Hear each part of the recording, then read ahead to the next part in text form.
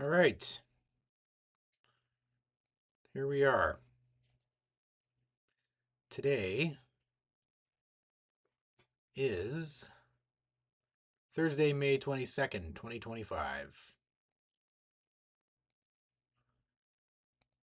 Okay, well, do a little, I guess I should do a little update. Um, the sampler is sampling now, so that's good. It's very noisy still, obviously. Hey, Norm, what's up, man? Uh, Good to see you. Yeah, the sampler's sampling now. So, oh, great. Good to hear. Um, yeah, the sampler is sampling, so that's good. The microphone's very noisy, so I have to build a. I think I'm gonna look at other microphone options. Um, because that particular module isn't that great. It's more meant for sound detection than um, recording. So I'm probably going to either look for a different kind of module for it, or I might just build one um, with like a simple op amp circuit or something. Um, and then I'm probably going to make it so that it's switchable between microphone and line input so I can keep the recording input on one pin of the ESP32, so we'll free up another pin for something else. I don't know what, but you know, just wanted to kind of update on the status of that. And this week I'm trying to solve the puzzle of pitched playback across the buttons. That's what I'm doing. And so it should, so it's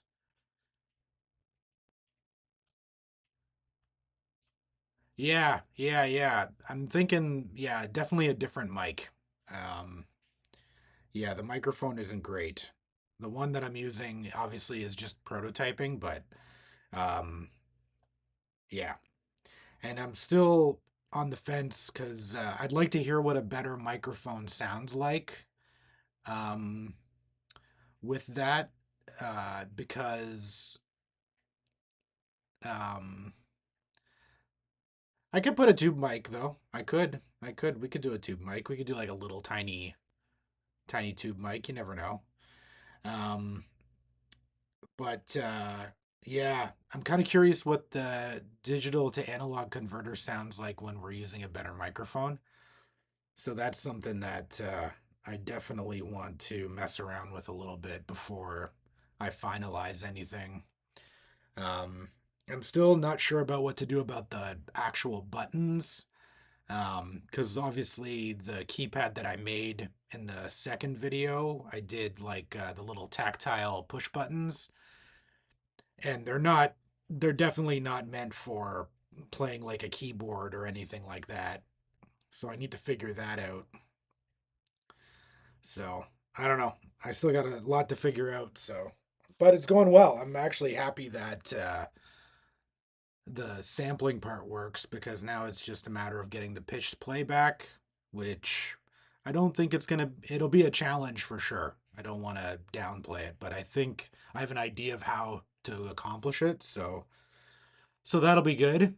And then, yeah. So I just got to figure this, we're getting really close to like doing some really cool stuff with that sampler. So I'm pretty excited. Like it's really coming together really nicely. So I'm sure there'll be a hiccup at some point down the road, but I'm really happy with how it's coming out. Um,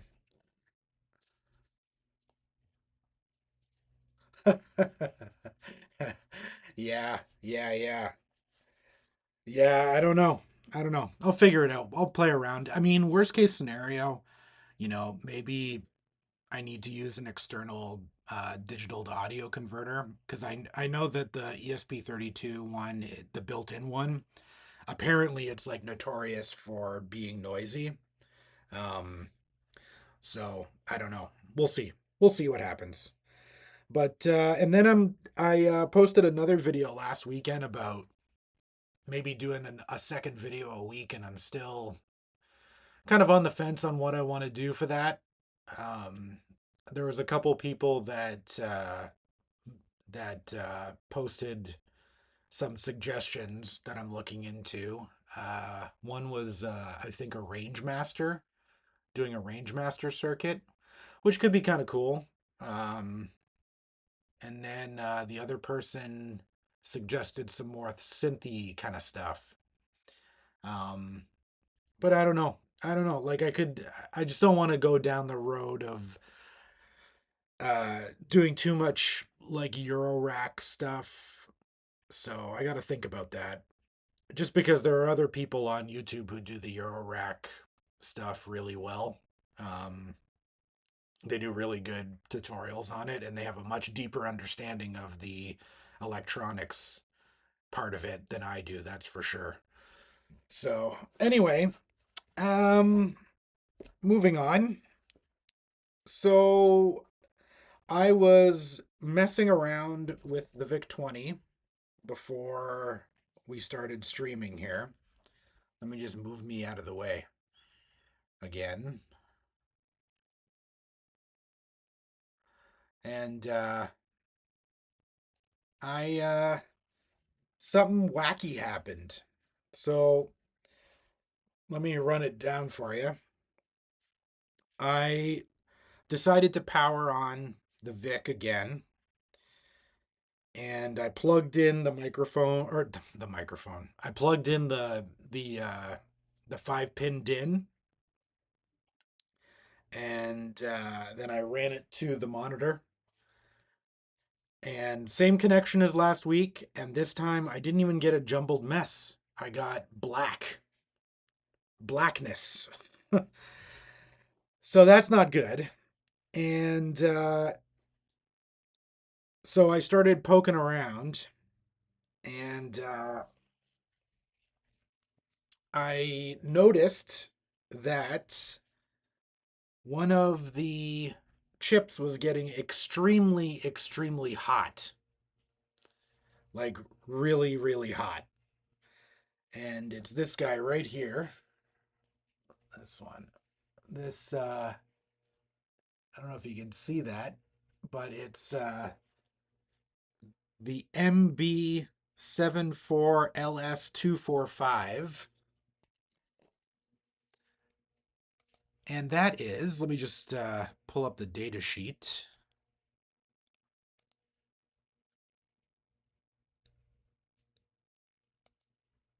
And apparently, that is a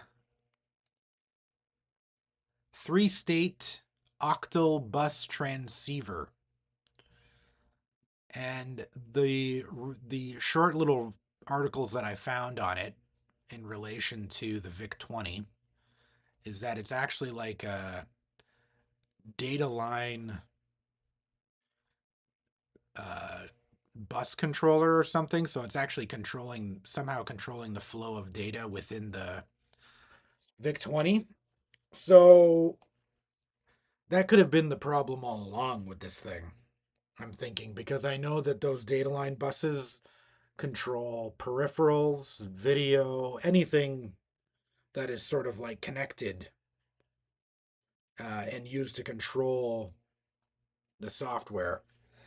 So, anyways, so before I went live here, I pulled I desoldered the 5-pin connection on that chip right here. I don't know if you can see that. This guy right there. I desoldered that,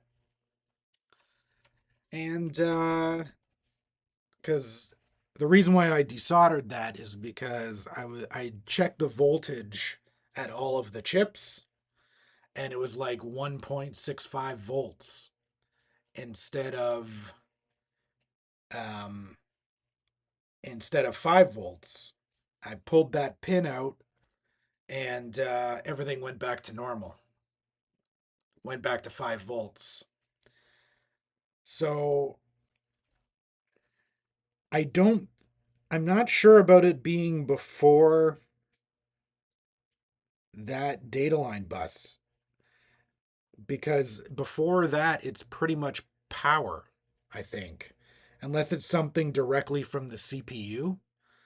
But the CPU is sending out, it's just, the CPU is just going straight from the analog outputs straight to this chip.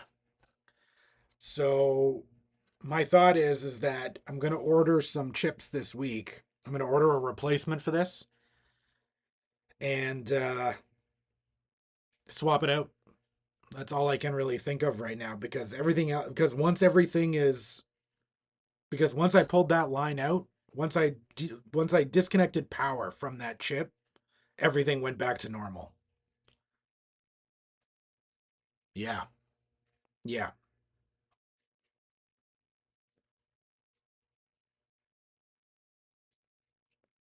So that's what I'm thinking.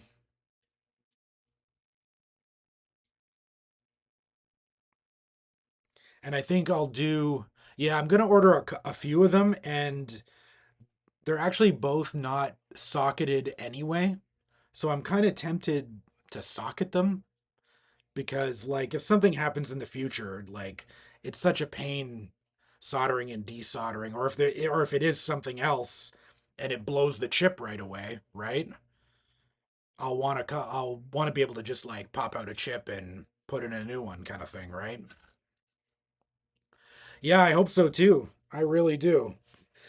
Because like I just everything else seems to be working perfectly fine. Like I borrowed a scope uh, from a friend of mine, and the clock seems to be working. This was earlier in the week. Yeah, exactly. So yeah, I just it's so strange. So I'm gonna try, because like maybe the chip was failing for some reason, and like I said, maybe the keyboard was sort of like the first thing to go, and then the video went for whatever reason, and now it just decided to die completely on me. And the other telltale sign that it uh, it was definitely shorting everything to ground because um, I was getting continuity between um, ground and 5 volts. And when I pulled that pin, when I pulled the VCC pin on this chip, it went back to normal completely. So it's definitely a shorted chip. At least that's my hunch because yeah. So weird, right? Crazy.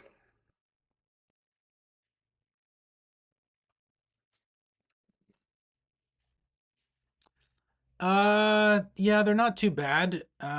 Prices I found some on DigiKey and they were um it's a slightly different model. It's made by Texas Instruments instead of Fairchild. But the pins are the same, the voltages are the same. Um, oh, maybe it's not. Wait a second. Maybe it's not the same thing. It should be though. Oh no, it is. It is. Yeah, it is the same thing.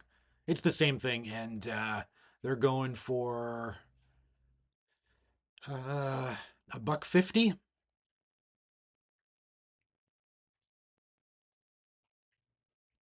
and the sockets are, I guess, they're 30 cents. So maybe I lucked out and got like an easy one to find. So fingers crossed. Fingers crossed. That's it. But there's actually, and now that I'm looking at this too, there's actually three of them. So I might at least order. I will probably, yeah, I might try ordering. I'll probably order like a handful of them just in case. Um, so yeah. So fingers crossed that's it. And then I'll next week we'll put in the chip and hopefully everything works. Fingers crossed. I don't even know where else to start if that's not it. I'm gonna have to get, like I said, I'm gonna have to have like access to like a scope, I think, to scope out the lines, because then it's probably like it could potentially be a lot of things, right? So I don't know. So I'm gonna order another because I put this style capacitor in last week. So I'm gonna order a proper like a axial capacitor, so it's like the so at least it sits flat on the board, you know. I'll order one of those too, and then yeah. So yeah, bit of a short live stream this week, but I'm glad that you know, what's the plan when I get this thing running? Well, uh I would like to, there's a couple things I want to mess around with. I want to just mess around with just making like maybe using the sampler that I'm making to sample some of the stuff off the from the sound chip. Um, to like mess around with it in the sampler, and then probably, I don't know, I'd like to try doing some stuff with maybe doing a couple simple programs to hmm, yeah, that's a good point. Yeah, I think there is stuff you can do, right? Like there's stuff because I know that it's pretty noisy, right? I'm pretty sure there's ways that you can clean up the audio. Might be worth looking into. There might be some mods out there for the sound chip, but yeah, I'd like to just like start messing around with it, like just doing some like programming and stuff and see if we can make some cool sounds with it, sample it, try to work it into stuff. Um, and I know I mentioned this before, and I don't think I ever posted the link in the last video that I mentioned it, but there's a company out there that makes a VIC MIDI. Yeah, yeah, they make a MIDI um like interface for it. Um, and I guess it's like it's open source, so I think like we could get the board, we could probably make the board, and I think it just goes in the cartridge slot. Um, needs I think they add some extra memory to it so that it's able to actually handle the MIDI information. Um, but that is something that exists. I was looking into it when I specifically before I bought it. Um, yeah, I wonder if, now that you mention that too, I wonder if there's a way that I could get an interesting mod might be is like you said, having multiple outputs. Like if each, because I know there's three square waves or something, right? And a noise channel. So it would be pretty cool if I could have independent outputs for all of those channels. That'd be kind of neat. Yeah, you mentioned that the SK5, right? Yeah, I'm looking into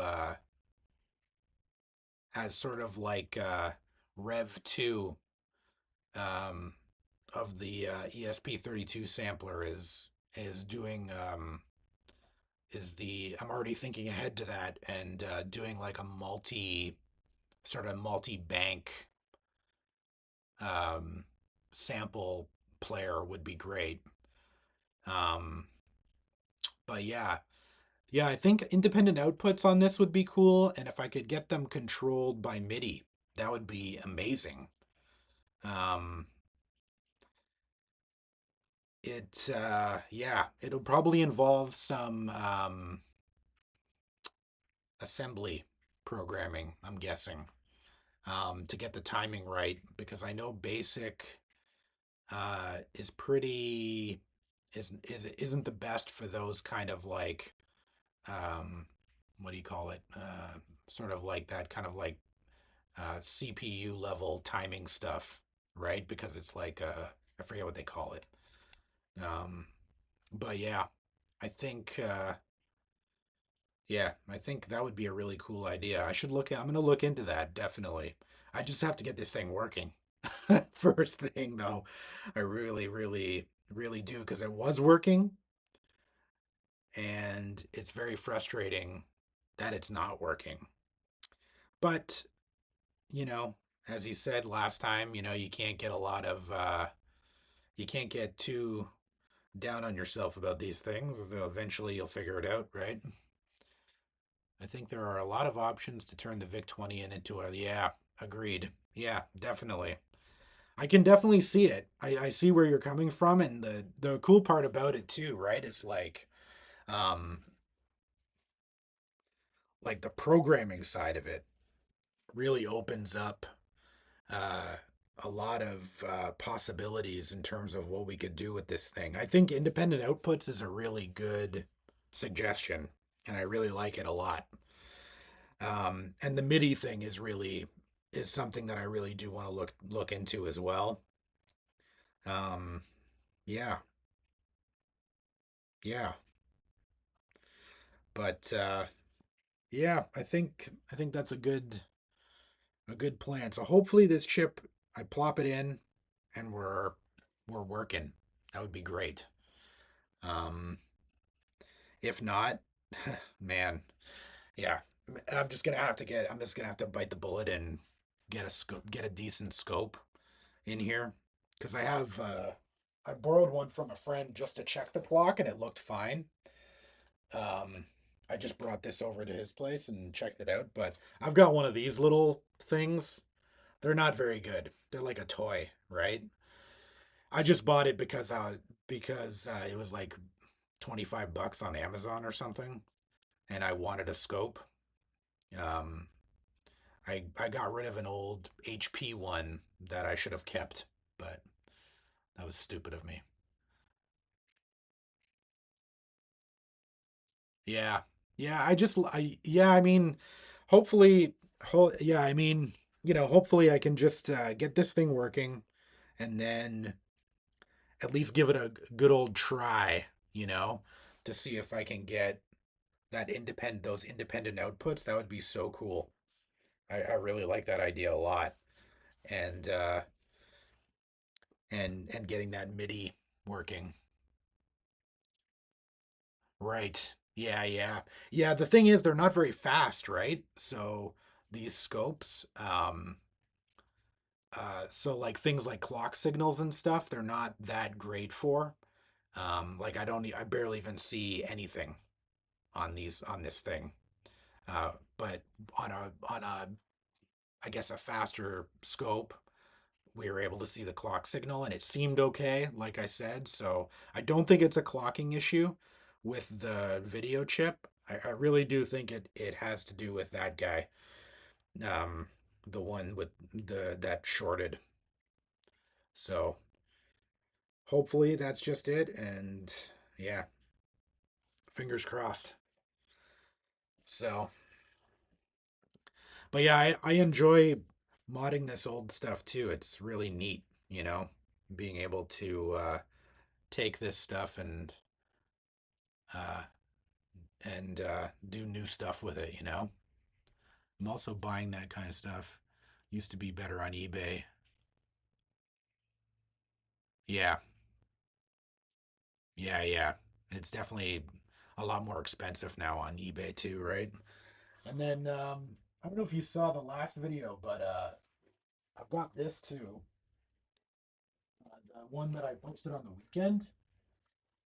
Um, about this. This is something that I'm kind of thinking about too. Is this Mattel Synsonics drum machine? This thing?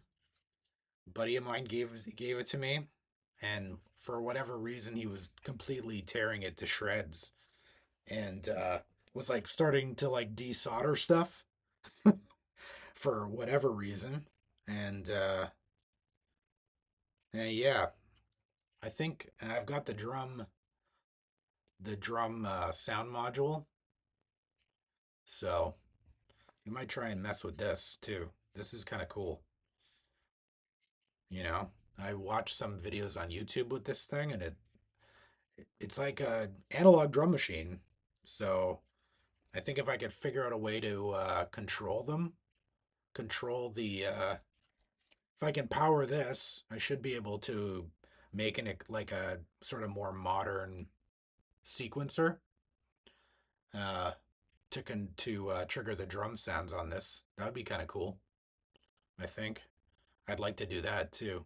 I know it's not really something that maybe like isn't great for like sort of like people watching videos on YouTube because you have to actually have one of these things to do the mod, but yeah, I think it could be cool.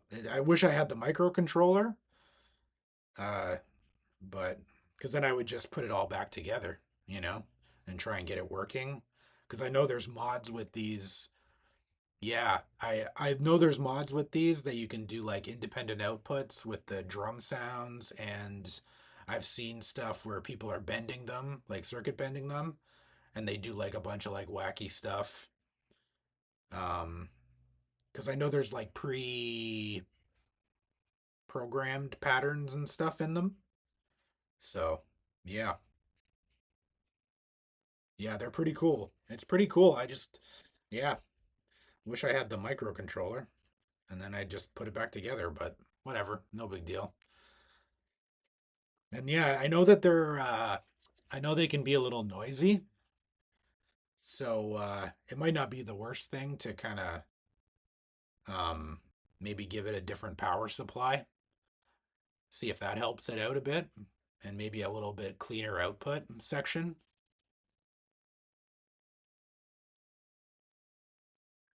Oh yeah, yeah, nice.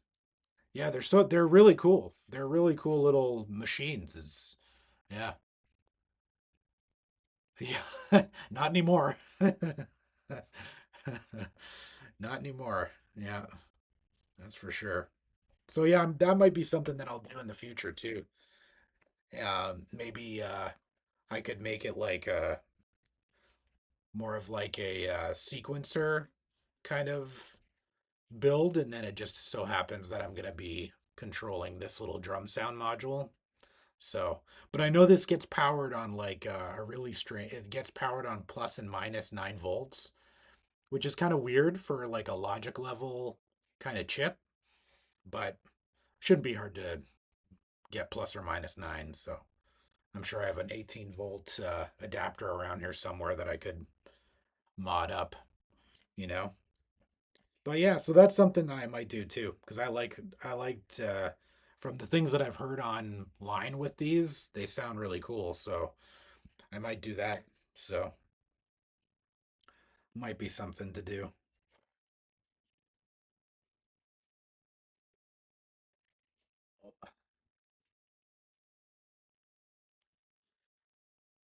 Yeah, the kick drum does sound really cool.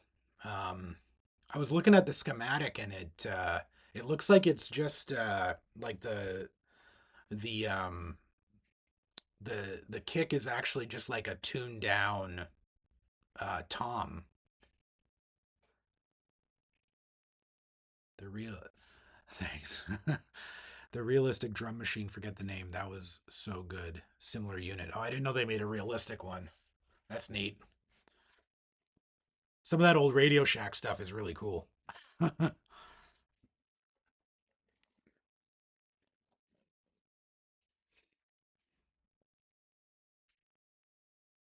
Oh, I believe it. Yeah, yeah. Yeah, you put a little Baz Fuzz circuit on the end of that and you're flying.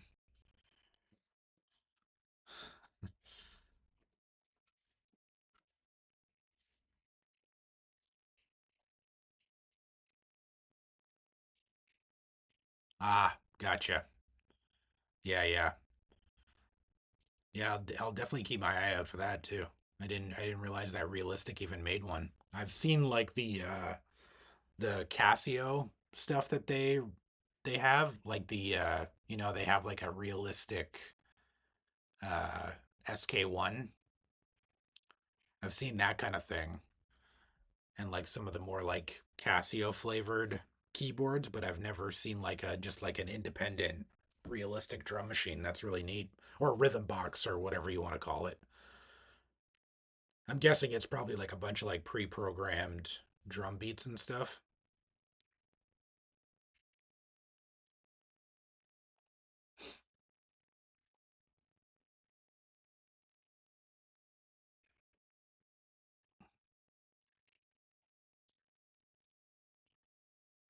Oh yeah. Nice. Yeah, it's all the same thing, right? And the realistic one's exactly the same as the Casio one, right? Yeah, just a different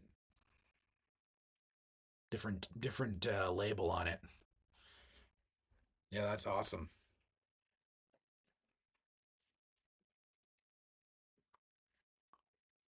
Oh yeah.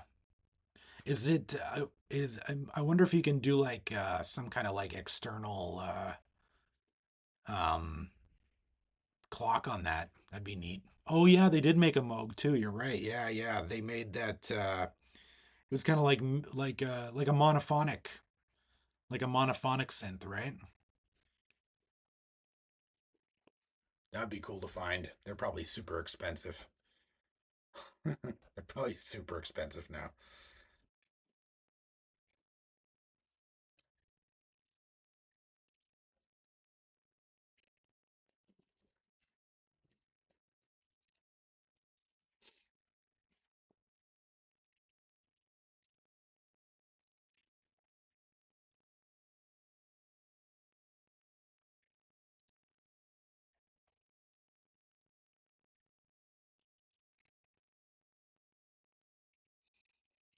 Yeah, not surprised. Not surprised. Anyways, well, I'm gonna take off because I'm not gonna be doing much today on this. So I'm gonna try and get some work done on the sampler for a bit before I have to do my thing. So, anyways, thanks again for coming out, and hopefully you have a good week and have a good weekend as well. Yeah, you too, man. You too. Appreciate you coming out for these things. It's awesome. Cool. Well, I'll get those chips ordered, and hopefully next week we'll see the light. You know what I mean? We'll see some actual working that beautiful blue screen. See ya.